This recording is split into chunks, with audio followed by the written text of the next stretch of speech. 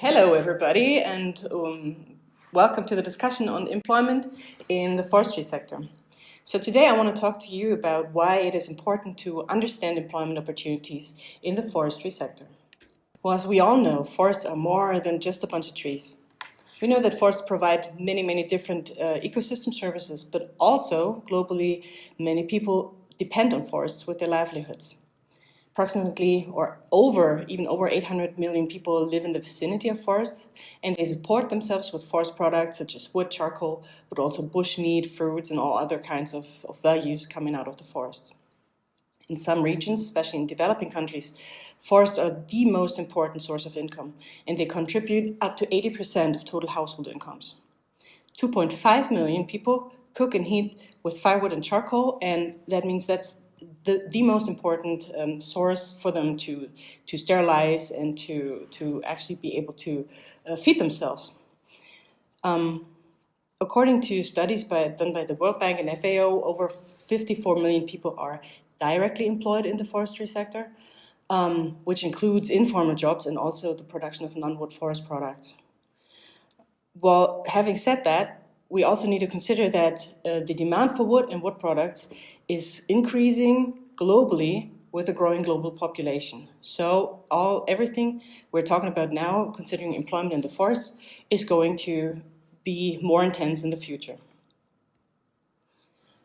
Well, it is important to understand forest-based employment because nowadays it's often underestimated.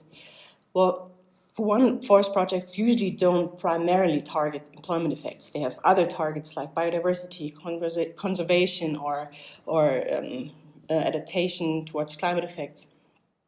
We conducted a portfolio analysis, which indicated that out of 200 projects, 167 are very likely to have noticeable employment effects, although only 63 explicitly report on employment effects or employment-related indicators.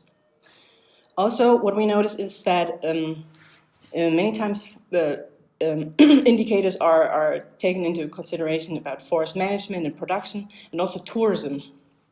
But what is not captured in the data is jobs in the processing industry and also income from ecosystem services or conservation.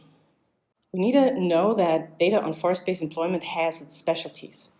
For example, employment in the forest sector and related value chains is affected by seasonality, by part-time and subsistence farming.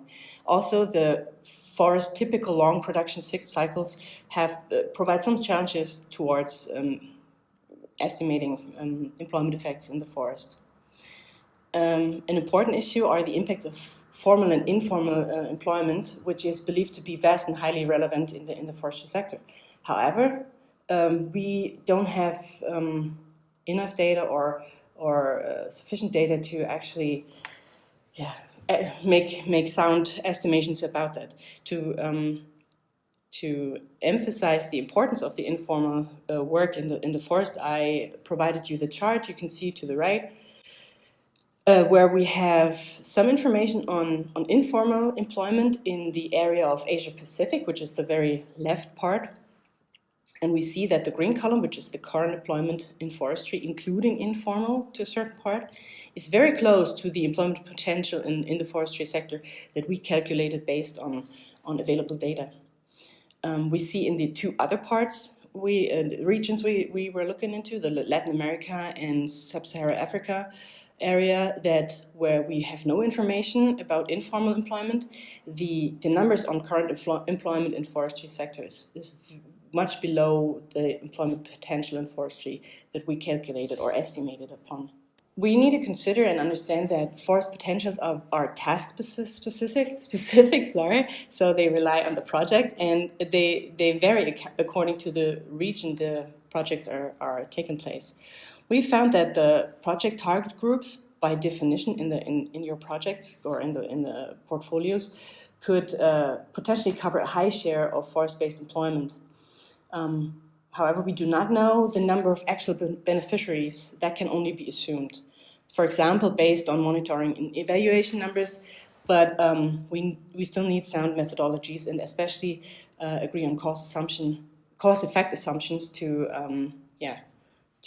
estimate on a comparable base. The chart on the right showing you in the light yellow bar the people living in forest areas, and the green bar shows people that are covered by the target group definition in the project description. The yellow bar describes the number of people in the employable age, so to say, in that area. So we see that the green bar and the yellow bar in all three shown regions is, well, in a decent share, I would say. So what can we do to better understand or also get better understandings regionally for forest employment? Well, one way is to come up with proxy values that are derived from case studies and also literature reviews, and we combine them with economic macrodata. Our general suggestion on this is use accountable entities like, for example, area or production volumes in cubic meters as base values, and use standard value methodologies to calculate the indicators. Wherever possible, try to find regional specific information to improve proxies, because having, as I said, that it's a very regional specific number usually. I brought some examples for proxies in the tropics, which we derived from, as I said, literature review or case studies we conducted. And for example, in sustainable management of natural forests, we see 3 to 7 full-time equivalents per 1,000 hectares. In Europe, this is about 3 to 3.5.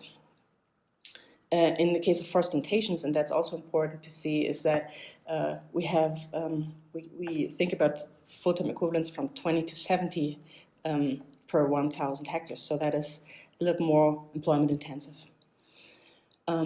Income from wood and non-wood forest products in rural area contribute to approximately 20% of household incomes in those areas. And also maybe interesting for you to know is that in the wood processing, we have an additional, well, we have 5 to 10 full-time equivalents per 1,000 cubic meters of roundwood that is going in the value chain, but we also have an additional full-time equivalent for each equivalent in the primary processing, which is taking place in the further processing, like furniture or building. So the learning on opportunities of forest-based employment is work in progress. We know that from our point of view now, and also the study we conducted, we won't cover everything related to forest and wood and employment, because there's so many regional specialties and also data specialties that we still need to work on. But indicators and monitoring and evaluation tools that are in place are a growing source of information. The next steps towards better understanding of forest-based employment opportunities are that standard methods and indicators need to be defined and also put into practice. We need to define system boundaries and also the goals of reporting, because indicators you need for informing are different than indicators you need for steering something. And we also need a better and a growing base for proxy values, which enable us to make regional differentiations. What we can do in our project is reflect on employment effects or opportunities related to our forest projects.